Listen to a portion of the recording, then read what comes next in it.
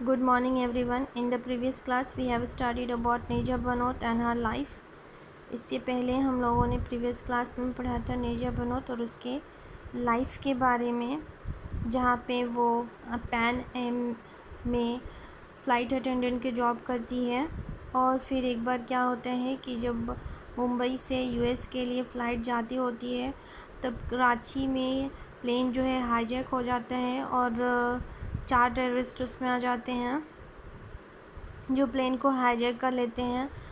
और निर्जिया बहुत ही ब्रेवरी से हाईजैक कोड जो है वो आगे फ़्लाइट अटेंडेंट तक पहुंचाती है, जिसकी वजह से सभी को पता चलता है कि प्लेन जो है वो हाईजैक्ट हो जाता है। बट जो केबिन यानी और 3 मेंबर्स होते हैं, पायलट, को पायलट और फ़्लाइट इंजीनियर, वो तीनों जो हैं वो वहाँ से प्लेन को छोड़ कर के भाग जाते हैं।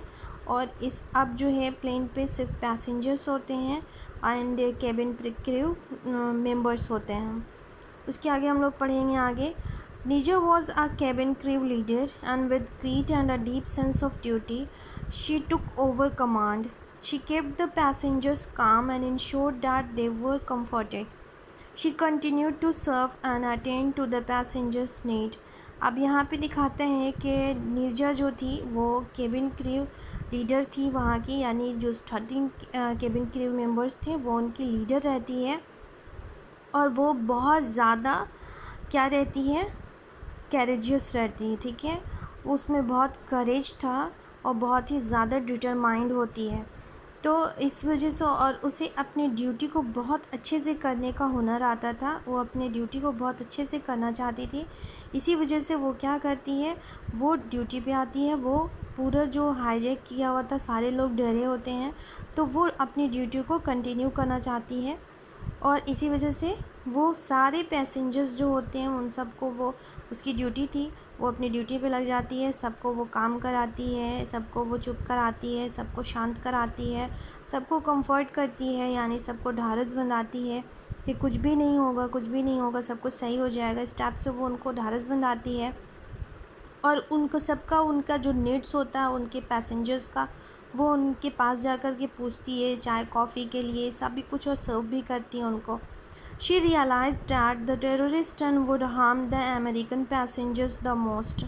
अब उसे ये रियलाइज़ होता है कि ये जो टेररिस्ट हैं वो सिर्फ वो ज़्यादा यानी किसे हार्म कर रहे हैं, अमेरिकन पैसेंजर्स को। Hoping to confuse the terrorists about their identity, and she and discreetly collect all the American passports and hid them. अब यहाँ पे दिखा रहे हैं कि जब उसे पता चल जाता है कि टेररिस्ट जो हैं वो चुन कर अमेरिकन को ही, पैसेंजर्स को ही ज़्यादा हार्म कर रहे हैं, तो इस वजह से वो सारे अमेरिकन पैसेंजर्स का पासपोर्ट जो है वो चुपचाप से सीक्रेटली जो है वो कलेक्ट कर लेती है, ताकि टेररिस्ट जो है वो पहचान ना पाएँ कि इसमें से कौन जो है वो अमेरिकन है और वो हार्म उन्हें ना करें। तो और वो सारे पासपोर्ट लेकर के उन्हें अमेरिकन से छुपा देती है। The trauma of the hijack continued for about 13 hours, and since the power had begun to fail, the light became dim. The terrorists thought that the passengers would try to escape in the darkness, and it would be difficult to hold them at ransom. अब क्या होता है कि सारे लोग जो इस time पे होते हैं वो सारे लोग ट्रॉमा में होते हैं, और ये हाईजैक जो है वो कंटिन्यू चलता है कितने घंटे तक, 17 आवर्स तक। अब जो है इतने ज़्यादा देर हो गया है, इस वजह से पावर जो है वो क्या हो चुका है, फेल होने लगा है। लाइट जो है वो बहुत ज़्यादा डीम हो गया है। अब टेररिस्ट को ऐसा लग रहा है कि इस जो डार्कनेस का फ़ायदा उठा कर के पैसेंजर्स जो हैं वो क्या करेंगे, भागने की कोशिश करेंगे, और उन्हें पकड़ कर रखना उसके लिए क्या हो जाएगा, डिफ़िकल्ट हो जाएगा।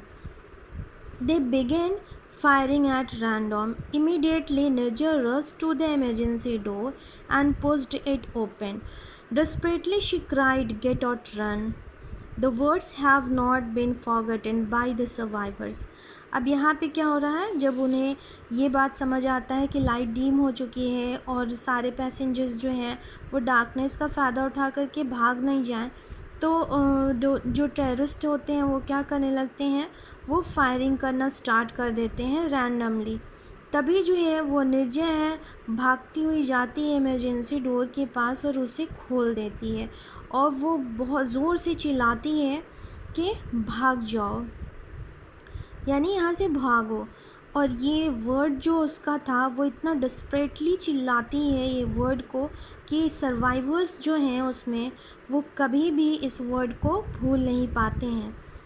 And they can also recall how she guided and posed and people down the shoot.